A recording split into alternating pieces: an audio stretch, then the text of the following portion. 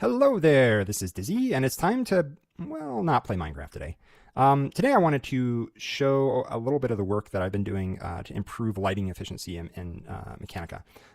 For those of you who don't know, Mechanica is a fork of the Mekanism project with a focus on overall performance and stability and quality and stuff like that. So not planning to add any major new content pieces at this point, but we're really digging in and overhauling some key systems to make them more efficient.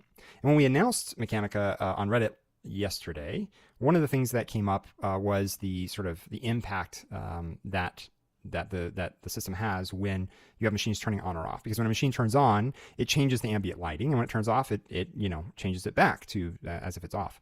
And some people on Reddit were like, well, that's I like the ambient lighting, I want that, I just don't want the updates so often. Other people were like, well, get rid of it entirely. And so what I did today was I just sort of sat down and went through the code to try and understand what the problem was. What I found, and what I'm going to demonstrate here, is that it looks like someone did take a pass through this to try and ease this problem a little bit. But there's some sort of key problems with the design as it stands right now.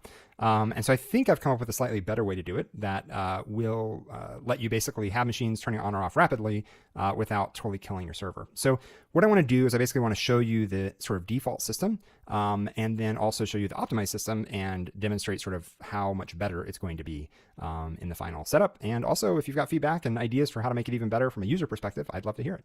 So what I've got set up here is just a little worst case scenario for this situation. I've got 10 elite infusing factories supplied with infinite amounts of iron and redstone.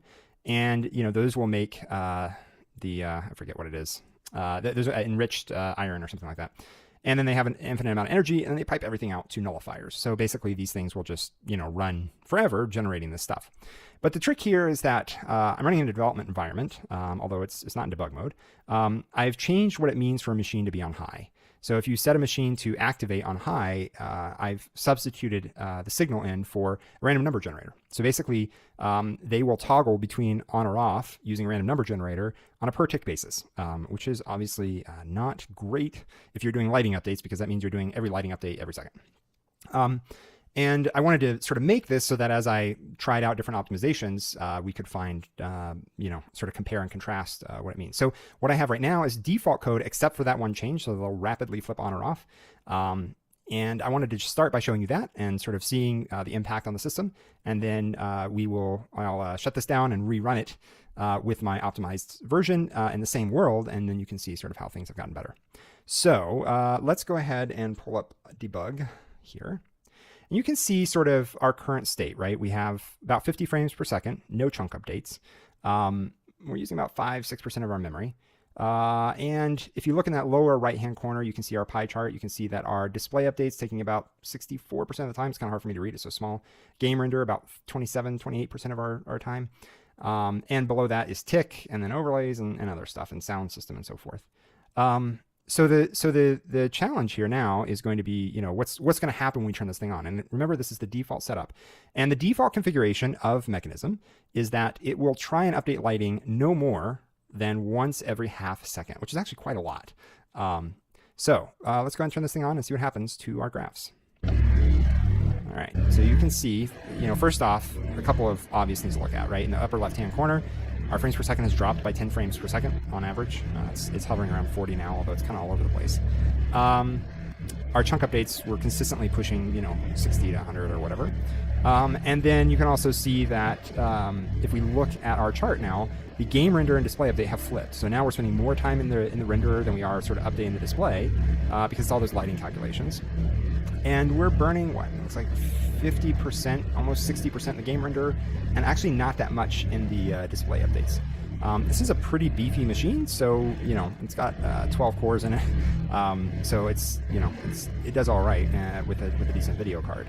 But just the sheer amount of updates is pretty substantial. It dropped our frames per second by 10 frames per second right off the top. And we're spending the majority of our time now just doing calculations, which means if you had a much more sort of complicated factory, other things would start to be suffering. But you can see things are flipping on or off, and it's making progress, but it's just kind of flip-flopping. So this is the default setup. So let's go ahead and turn this off. We're going to go ahead and let it stabilize.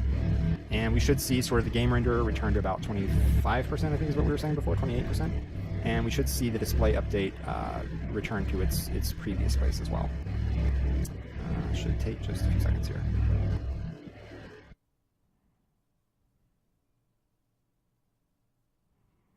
Yeah, everything's settling down. Frames per second have already stabilized. The time spent in the render is flip-flopping again back to where it was when we first started. So, yeah,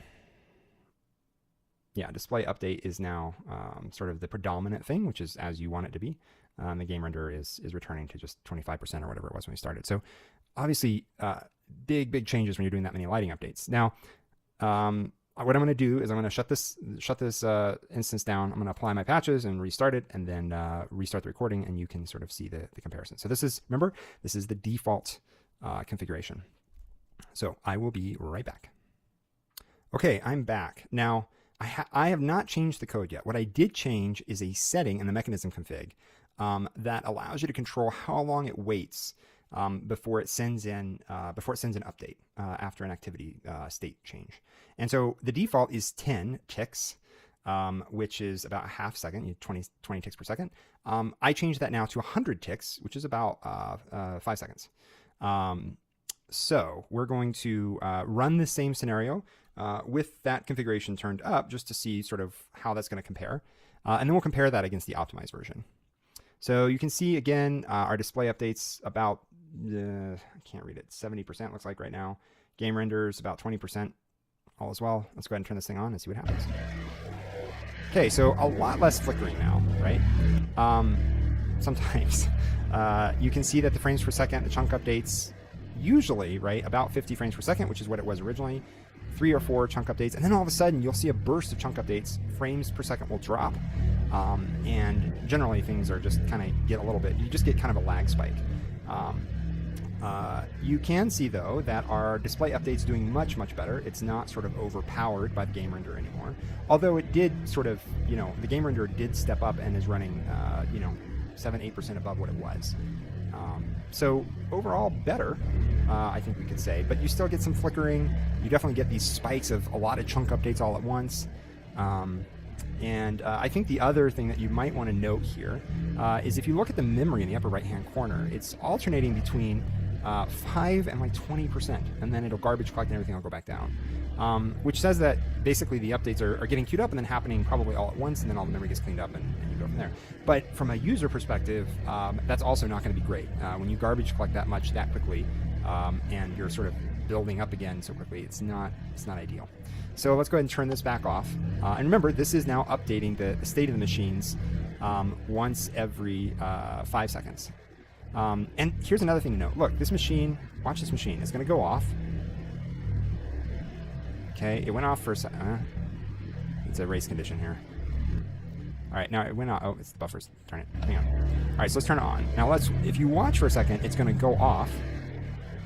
And when it goes off, we're going to actually look at it. And what you're going to see is that it's off, but it's still running. See that? That's because the delay is 5 seconds. So if you miss an update, basically, if it toggles on or off real quickly, the client winds up thinking that the machine is off even when it's actually still progressing, which is another problem with the current design. So it sort of has a couple of issues, right? One is that the memory utilization is very erratic. The latency is sort of all over the place. And your machines might say that they're active even when they're not, or vice versa, which is not ideal. So this is the base Mekanism code path with that configuration value turned up to try and reduce the amount of overhead. So now I'm going to apply my patches, and then we'll take a look at sort of the version that I've come up with. I'll be right back. Okay, we're back. I have the patched version with the sort of changed semantics for how the updates happen.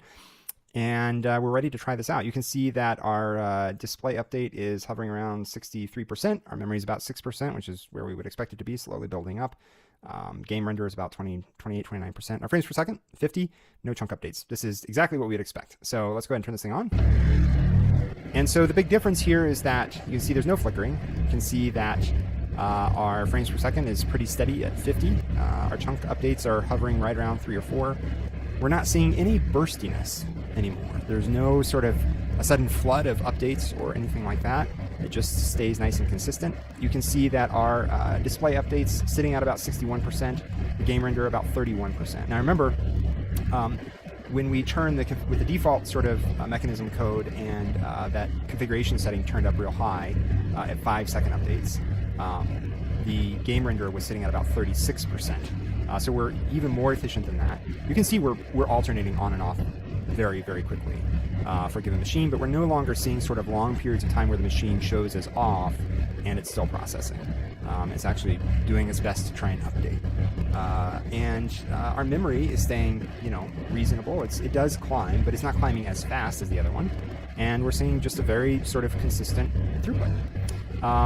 So if we turn it off and now let it drain, just like the other one, you would expect that the update, that after you turn everything off, about 5 seconds later, all the lights will disappear.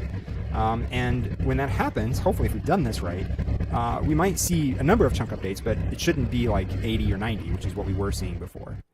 And now things are slowly shutting off, and now in about 5 seconds, we can see that all the lights turned off. We did see about 39 chunk updates, but it was all in one go. Everything settled down nice and quickly, and our frames per second has stayed 50 frames per second the entire time.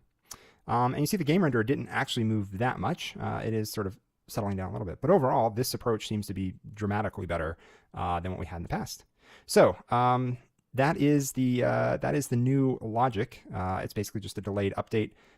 There is, and I don't know, there's a lot of sort of nuance to how this works, but the bottom line is that we do sort of send packets as soon as the machine state changes, but we only update the lighting when we absolutely have to. And we've made the renderer, the mechanism renderer, a little bit smarter to do that better. So this should be landing in the next release, probably in the next day or so. And hopefully it will make everybody's life a little bit better, especially if you've got a lot of machines. So thanks for hanging out with me. Hopefully this was helpful. And if you have any comments or feedback, I'd certainly welcome them. Thanks.